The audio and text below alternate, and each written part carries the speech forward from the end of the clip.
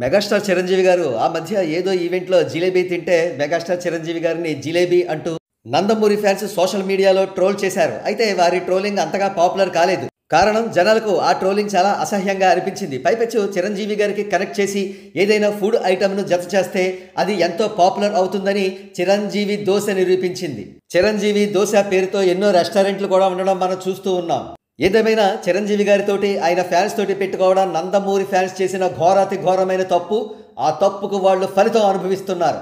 కొంతకాలం క్రితం చెవిలో జుట్టు చిట్టిబాబు వంటి వారు ఇంటర్వ్యూలలో మాట్లాడుతూ నటరత్న ఎన్టీఆర్ గారు ఒకేసారి 40 బజ్జీలను తినేవారని చాలా గర్వంగా పేర్కొన్నారు. కానీ ఇప్పుడు అదే విషయం సోషల్ మీడియా దాటి జనాల్లోకి వెళ్ళిపోయింది. చివరకు పెద్ద సంస్థలు కూడా కారణజన్ముడు ఎన్టీఆర్ 40 బజ్జీల అంశాన్ని ట్రోల్ చేస్తున్నారు.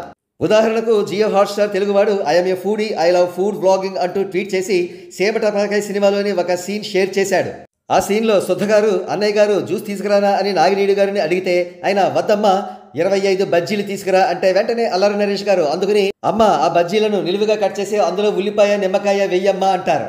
ఈ ట్వీట్ అండ్ వీడియో సోషల్ మీడియాలో బాగా వైరల్ అయ్యాయి. ఇకపోతే జొమాటో వాడి యాడ్ ఈ విధంగా ఉంది. వాంట్ టు బికమ్ కారణజన్ముడు ఆర్డర్ మిరపకాయ బజ్జీస్ రైట్ నౌ. కారణజన్ముడు అవ్వాలని ఉందా? వెంటనే మిరపకాయ బజ్జీలను ఆర్డర్ చెయ్యండి. చివరకు ఈటీవీ విన్ వాడు కూడా ట్రోల్ చేశాడు. ఏ రెసిపీ అయినా మిరపకాయ బజ్జీ కూడా ఈటీవీ అభిరుచి ఆన్ ఈటీవీ విన్ అంటూ ట్రోల్ చేశాడు. అఫ్ కోర్స్ ఈ పోస్ట్ని తర్వాత డిలీట్ చేసినట్లుగా తెలుస్తోంది. ఇకపోతే ఏకంగా 28.5 మిలియన్ సబ్స్క్రైబర్స్ ఉన్న విలేజ్ కుకింగ్ ఛానల్ వాడు కూడా ట్రోల్ చేశాడు. కాగా ఎన్టీఆర్ గారు ఒక పిసినారి అంటూ నిర్మాతల నెత్తిన ఎన్టీఆర్ గారు సొంత ఖర్చులు పెట్టేవారంటూ ప్రొడ్యూసర్ ఎంఎస్ రెడ్డి గారు అప్పట్లో వ్రాసిన ఆర్టికల్స్ కూడా వైరల్ అవుతున్నాయి. ఇంకో ప్రక్క ఎన్టీఆర్ గారిని విమర్శిస్తూ ఏఎన్ఆర్ గారు ఇచ్చిన స్టేట్మెంట్స్ కూడా వైరల్ అవుతున్నాయి. రామారావు లక్షణాలు మంచివి కావు, అవలక్షణాలు పుష్కలంగా ఉన్న మనిషి, అందరూ ఆయన్ని సంస్కారి అనుకోవాలని బయట కూడా మంచిగా నటిస్తూ ఉంటాడు శ్రీ అక్కినేని నాగేశ్వరరావు. చివరకు రామోజీరావు గారు తన ఈనాడు న్యూస్ పేపర్లో ఎన్టీఆర్ గారిపై వ్యతిరేకంగా వ్యంగ్యంగా ప్రచురించిన కార్టూన్స్ కూడా వైరల్ అవుతున్నాయి.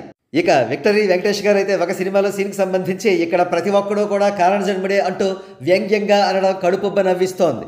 ఇకపోతే చివరిగా నందమూరి ఫ్యాన్స్కు ఉచిత సలహా. ఇది మెగా సామ్రాజ్యం, వారితో పొరపాటును కూడా ఎప్పుడూ పెట్టుకోవద్దు.